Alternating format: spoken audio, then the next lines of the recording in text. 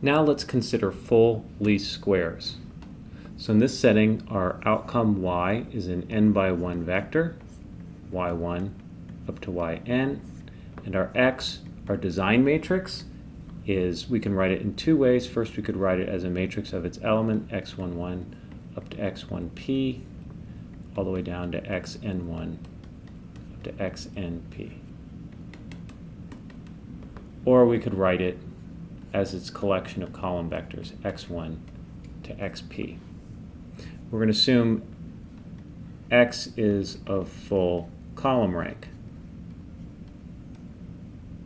and that p is strictly less than n, less than or equal to, let's say. And we'd like to explain the variation in y with linear combinations of the columns of x. And we're going to do that by finding the beta, the collection, the weights of the columns of x, that best describes y in the sense of minimizing the sum of the squared distances. Okay? So let's figure this out. If we expand this out, we get y transpose y minus 2 y transpose x beta plus beta transpose x beta. Now, let's call that asterisk. If we take the derivative of asterisk with respect to beta, we get that it's equal to negative 2 x transpose y plus 2 x transpose x beta. Then if we want to solve that equal to 0, what we're going to do then is get the equations x transpose x beta is equal to x transpose y. These are called the normal equations.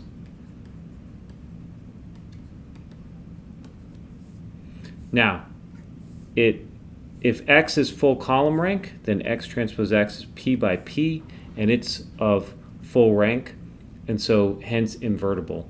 And if you haven't seen this before, I just found a nice resource on this.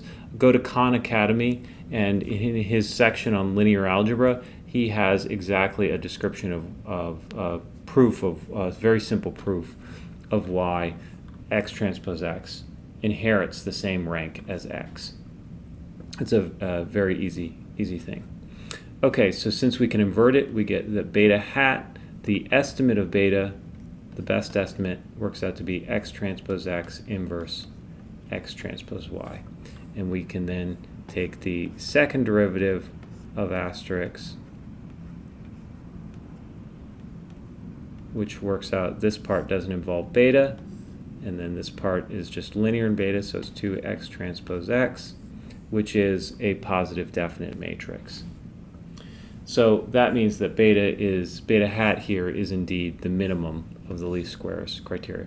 So that's it. So if you want to find the best linear combination of my columns of x to explain y in the sense of minimizing the norm between our predicted value and the response y, we get a solution of x transpose x inverse x transpose y.